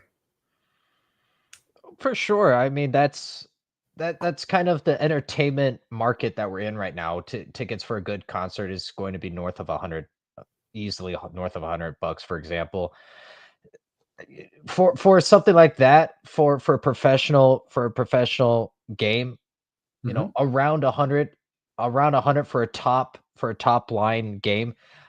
And you said median ticket price, so that puts you at a decent spot too. I will say, if you're worried about a family of 4 and you're buying for that, you're probably gonna have to do a little creative budgeting right there. I would say around 100 is about appropriate. Some of the other numbers that you see get a little too astronomical, but I understand in general what you're saying, at least in terms of ballpark ticket prices are going up. All right, so let me give you the I don't think. Go ahead, sir. Yeah, I don't think it's too astronomical where it's like, I know we said no soccer, but in soccer, the ticket prices they're leading to protests because of the 50% ticket price increases. I don't think it's quite at that level yet, especially for like the LA Dodgers. Like that product justifies that ticket price. I would say it's getting close to it, or even me, it's like, that can't justify it. But I think the market will very, very quickly will reciprocate. Okay, and I agree with you. I'm here in Arizona, where I just got done watching a bunch of spring training games, and the price for a Dodger, the price for that first game between the Dodgers and the Cubs in spring training, if you wanted to sit behind home plate, now I know that's not a median ticket, right? But if you wanted to sit behind home plate, they were charging $146 to sit behind home plate for a spring training game. It's crazy. That's but tough. people were Yeah, that's paying it, tough. right? That's nuts. Let me give you the next 10 here on the list. All right. So we got down to Pittsburgh. So number 11 is Atlanta at $94. The Texas Rangers are at 12 at 93. The Washington Nationals are at 13 at 91. The Guardians are at 14 at 90. Then San Francisco at 89. St. Louis at 88. Minnesota and Toronto are both at 87. That's 17 and 18. 19 is the Seattle Mariners at $84. And then the Colorado Rockies come in at number 20 with $80 median tickets. So we'll go over the bottom 10 here in just a moment. But that's what those are right at the moment. Let me ask you a couple other questions that maybe kind of be a little off the wall. No, Ohtani is not worth the $700. There is, in my opinion, there is no player, none, worth that kind of money. Absolutely none. And then what happens here? I just thought of this. We were talking about NBA earlier, and a lot of times the NBA talks about load management and all these kinds of things. What happens if I paid for tickets in advance? I paid $700 for the ticket to go see the Dodgers, and then Ohtani doesn't even play. How upset are you going to be? Oh, listen, I would, as a paying customer, I'd be very upset. If I'm a ball club manager, I can't have that be a consideration point. I have to do what's best for my club. Understand, and that's what the club's going to say, right? Oh, he needed a rest day, or we're trying to win a World Series, not today's game, right? Or yeah, and I totally get that.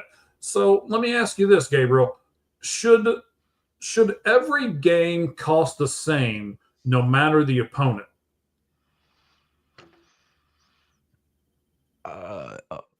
Oh, no. No. Well, he had to think about it in a minute, but he was like, really? Is he really asking me that question? I mean, a lot of teams now do this like premium seating or premium games. And when the Dodgers come to town, or when the Yankees come to town, or when the Phillies, a lot of the playoff teams from the year before, when they come to town, these median ticket prices won't mean anything because they'll add surcharges onto it, and then you'll have to pay more money because it's a quote unquote premium game. So would you pay the premium price for a premium game, Gabriel?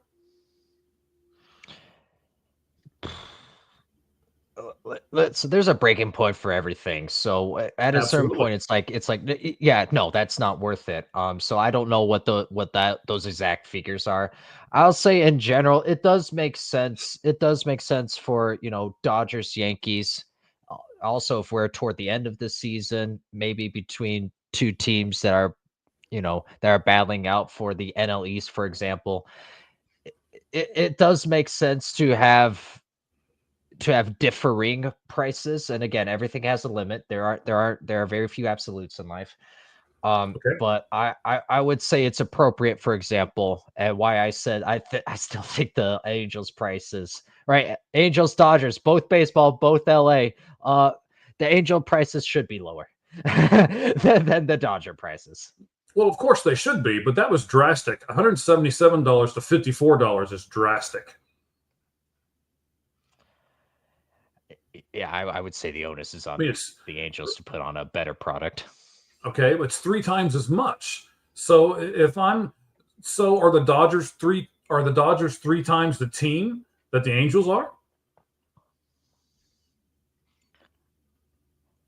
Oh, look at this. He got to think about this one a minute. I would very comfortably say yes, and I think I can make the case where even that could be deflating their value a little bit on the Dodgers side. Okay. there. Let's look at this from a couple different angles. That's more so a slight against the Angels, though. But can you expect a family of 4 to pay basically $200 a ticket to go see the Dodgers play baseball? I mean, a family of 4, if that's your nuclear family, that's, you make certain concessions in life. Like that can't be a consideration of a franchise. I'm sorry. Like you're having a family of 4. Like we can't adjust our ticket prices based off of, of a family thing like that. See, I'm gonna really strongly disagree with you here. If you price the family of four out of the market, aren't you going to lose all your fan base? Well, no. I so I mean different people are in different situations anyway, but the average family of four going to a ball game, like that's a one-time kind of deal that you then save up for more cases than not. So Okay. so the expectation of going to every game at $800 per event just to sit in the seats, that can't be a consideration for a franchise. I don't agree. I can't believe you're doing this to me right now. You're killing me. Shouldn't sports be priced for the average consumer and not just for the Hollywood, the Hollywood upper echelon people? It seems to me that that's what LA is counting on. That those people who can afford those tickets are going to drive down from Hollywood. They're going to drive down, and that's how they're going to make their money. And they don't care about the average fan right now. Do you think that's a fair assessment, or do you think that's no? I mean, like I said, with concerts too, right? We could say the same thing. Isn't it ridiculous that a family of four would have to pay, $2,000 to go watch a Taylor Swift thing? But that's what the entertainment market value thing You is said Taylor demanding Swift. right I just now. threw up my mouth a little bit, but go ahead. So. Oh, Okay, all right. So we can disagree. That's fine. okay. Again, let's look at this from a different angle. So if you're going to charge that kind of money for ticket prices, and I'm going to give you a couple of examples from spring training that I just got. Who deserves, if you're going to do that and you're going to charge that much money for stuff, and you turn around and give discounts to certain people, what groups would you think, Gabriel, deserve a discount to go to a game? Wait, why are certain groups getting a discount now? Wait, what's this about? Yeah, so let's say military personnel. Do our military personnel deserve a Sure. discount Yeah, to yeah. be able to go to a game?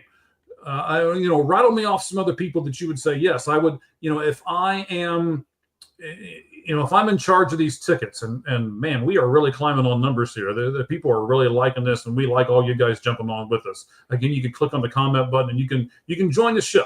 Feel free to do so. If you first responders, military people. If I guess the way I'm going to do this is here's how I'm going to say it. Surprise Stadium. I'm going to give them a big plug right now for everybody that's listening. For those of you who are here in Arizona or you're thinking about coming down here, Surprise Stadium, where the Royals and the Rangers both play. They have 13 different discounts that you can get through their stadium. One of them being the first responder, which I'm not sure how many people out here are new to us because Gabriel's here with us today. I'm sure he's bringing aboard a lot of these people. But I am a first responder, and I got to go into that game for half off. And as I was looking at other games that I could go to, Surprise was right up there at the top of my list. I was like, wow, you know what? If they're going to give me this kind of a discount, I'm going to continue to go to those games. So do you think by giving discounts to certain groups that you can make up for some of the other stuff that you're trying to do? I mean, yeah, that's why you give a discount. You're either trying to incentivize a certain demographic to consume more of your product, or in the case of first responders and veterans, it's maybe that's part of it, sure, certainly, but in that case, it's more so a thank you for what you're doing as a whole for the community. So Absolutely. yeah, certainly something like that's appropriate, and so maybe the strict rules of capitalism don't apply in a case like that. I would say more often than not, though, we're talking about a luxury item that is I think it's on the high end. It is too high in general, but I don't think it's that astronomically high compared to other similar forms of entertainment. Okay, so the last question on this, and then we're going to jump to our last two baseball questions, and we're going to call it a night here real quick, Gabriel. I know you're in New York, and it's getting late for you, buddy. So are you upset if some of those groups get discounts, but you can't get a discount? You're just a big a fan of baseball as anybody else Oh, is, or are you upset about that? no, I did not sign the dotted line. I did not sign the line to, to give of my life as a, you know, as an active duty veteran or as an active duty military person. And I did not Mhm. sign the line to be on call 24/7 to, help serve my community. So yeah, we all make certain choices in life, and it's not really, I don't even view it necessarily as a reward because the person who, in your case, you chose to be a first responder, you didn't do it with the thought or the foresight of, and I'm going to get half off of baseball games. You did it because that was your calling. So Right. yeah, I'm very much okay with something like that, and I don't get that because I didn't sign that dotted line way back then. Okay, understood. I just wanted to bring it up and see what you thought about it. Maybe I was looking at it from a different perspective because I am one, and I wanted to get somebody's opinion who isn't. Not that I'm knocking you whatsoever. What you do is really important, and tell us where you do that very important stuff. So give us your X account and tell us your segue right there, right? And then give us your .com, Oh buddy. no, Go that ahead. was smooth. That was really smooth. That was really smooth. At Sports Pulse 100, CurseSportsPulse.com. And yeah, we're talking about sports that we can discuss on this show and sports that we can't discuss on this show, but at Sports Pulse 100 all the same. Excellent, excellent. All right, did you get the chance to see any of the spring breakout games that MLB did this year? I just watched some of the highlights. I don't really tune into to baseball until we get the actual first pitch. And by all means, I love the Tokyo games. I think it's awesome. But I'm in New York, so I'm not. I'm about 9 days away but I will. Before I'm watching all 9 innings. But definitely some intriguing storylines, particularly for my Red Sox. Right, you couldn't hear it, but I can't get all my fancy stuff to work for some reason. I gotta get with my son-in-law to make sure I hook all this stuff back up. I shot you with my gun noise over here when you said that you weren't watching games yet. By the way, just so you know. So so I got to watch them. I actually got to attend the games. I, I love this concept. I love, we talked earlier about, doing the local days with football and giving those kids a chance, right? Signing them to uh, to contracts after the draft and stuff is over. And I think MLB is doing a really good job of that right now too. They're showcasing some of their minor league kids and they're giving them a chance to come up. Uh, I'm going to have a couple of guests that I made some contacts with over the last week or two. They'll be on the show. I don't want to give away too much, but they'll be on the show soon. So stick around and get with that.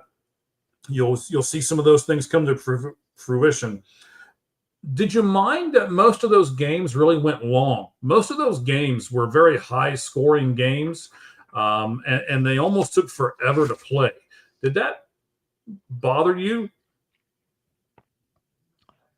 I personally wasn't bothered, no, but that kind of more so speaks into just in general, right? We to kind of tie it into to a previous topic. Why am I not personally too invested in a spring game? Because it's not really 100% what we get in terms of a true competitive environment. It's not really a true representation of what the MLB regular season is about to be. So yeah, there are different aspects. It's a different feel altogether. Mhm. I will say if we're talking about fans, and you said what was it, $160 behind plate for one of those games. Yeah. Um, I don't mind. I wouldn't have minded if it had gone a little longer. I think that's more value for your buck. So I don't know why one would complain. All right, all right. So we talked about the spring breakout games. I really, really like those. I really love the initiative that Major League Baseball has taken with those games, and I really think if there's some things that they can improve on them, and we can discuss that at a later date. But we're getting close to our 2 hour mark here, so I want to make sure we get it at least a little under. So I want to get to the last question that we're going to do today, MLB wise.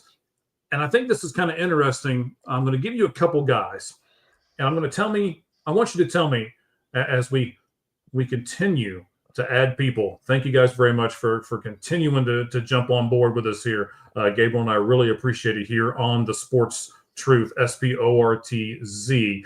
If you like what we're doing, Gabriel, you can go over to his spot at Pulse Sports 100 on his X and CuriousSportsPulse.com. You can catch us, which we are, myself and Mitch Middlebrook, who's usually here in that seat over there where Gabriel is. We are the 643 and out guys. You can catch us on our X channel at the 643 and out pod. You can also get us on YouTube. I haven't plugged that yet. So you can go to YouTube. It's youtube.com/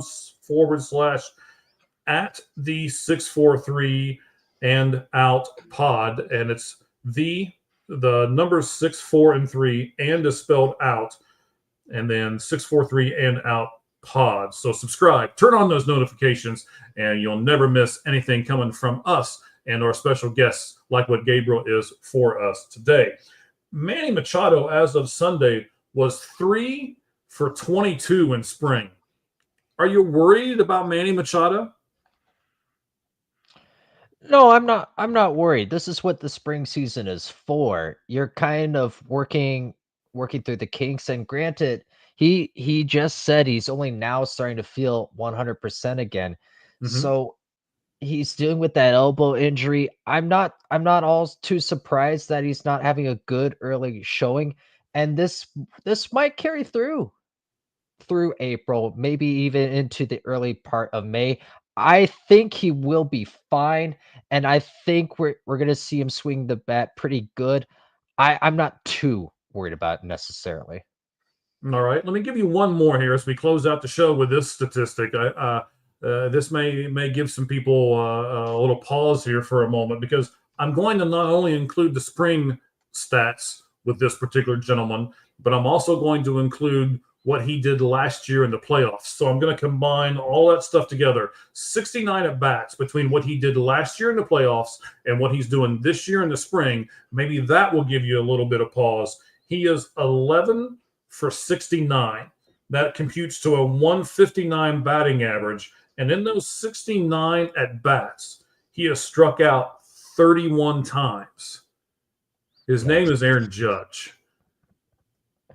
Are you worried about Aaron Judge when you add the playoffs and the spring training stats together? Now, here I am worried, and it's more of the totality of the whole picture with Aaron Judge. The Yankees just lost Juan Soto to that other New York team, and the Yankees haven't really done enough, in my opinion, to replace what they've lost there. And Aaron Judge, listen, at times he's great, at times he's tremendous. We also know he vanishes in big moments. So this is how we're starting the season now. This is how we're going to enter into April already. I don't love it. He needs to be the guy again for a large bulk majority of the year. And for it to be looking like this, as well as what you're saying from that playoff carryover from last year, I don't love it. For me, he has to show that he can be the guy and shoulder even more of the responsibility, because otherwise, I think it's still the AL East. I think it's still theirs to lose, but Orioles, they could make it interesting. And certainly I don't think they make it to the World Series. And if they were to somehow make it all the way through to the World Series, the Dodgers will eat them alive.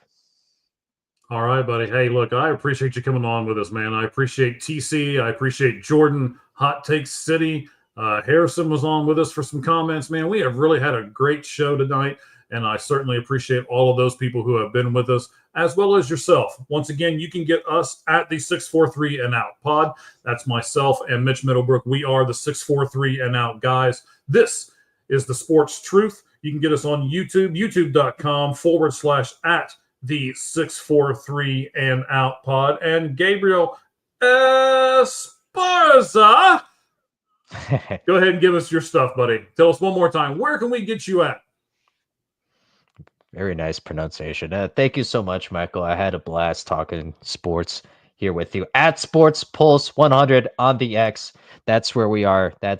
We're always dropping comments, resharing other people's great contents, including yours, Michael. So thank you so much. And we thank you for doing that as well, buddy. We love to collaborate. I know on your site, you say it all the time. You'd love to collaborate with people like us, and we certainly appreciate that. I think we can all work together and make the sports community better.